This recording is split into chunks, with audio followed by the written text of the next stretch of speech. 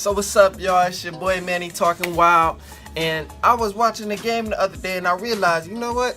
Steve Kerr, he's actually a really good coach. Now, before anyone comes at me and says, oh, well, look at the team he's coaching, of course, I would even be considered a good coach if I was coaching the Warriors with all them star players and all of that. That is possibly true. When you look at the history of the Warriors, before Steve Kerr, they had Mark Jackson. And Mark Jackson, he played in the league, and he was probably thinking the same thing. Oh, they got a pretty good team. They got young people. Let me go over here and make some magic happen. And nothing happened at all. His team was horrible. They was not good at all. And they basically had the same players besides a few. And the few were bench players who were bums.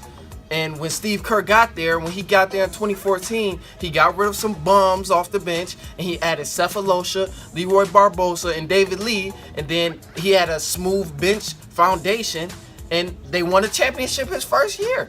Now, when I did my research, the only person I found to ever win a championship his first year coaching was Pat Riley. Before I keep going, I just want to say that I'm not trying to say that Steve Kerr is another Pat Riley.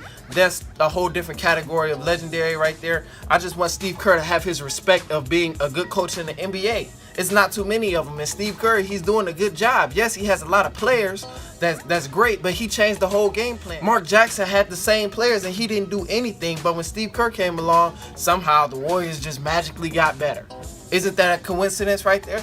But this is why the Warriors have so much success right now, is because of Steve Kerr. Anybody can just come in and coach a bunch of superstars. People have tried it. The coach before Tyrone Lue, he tried it. He couldn't even coach LeBron. So what makes you think that a regular person like me and you could just jump in the NBA and coach a team full of superstars?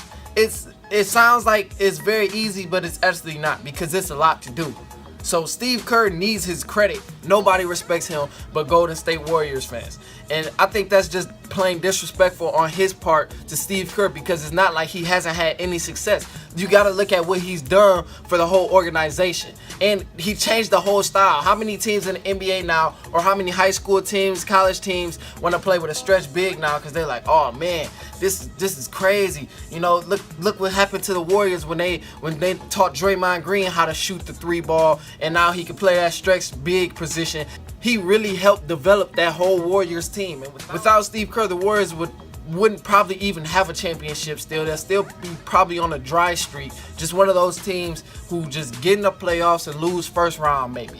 But that's all I have for you today, man. It's your boy Manny talking wild. Just click the subscribe button over there. Watch this video at the end. Hit the like, thumbs up, share it to your friends and family. And that's all I got for y'all, man. It's your boy Manny talking wild.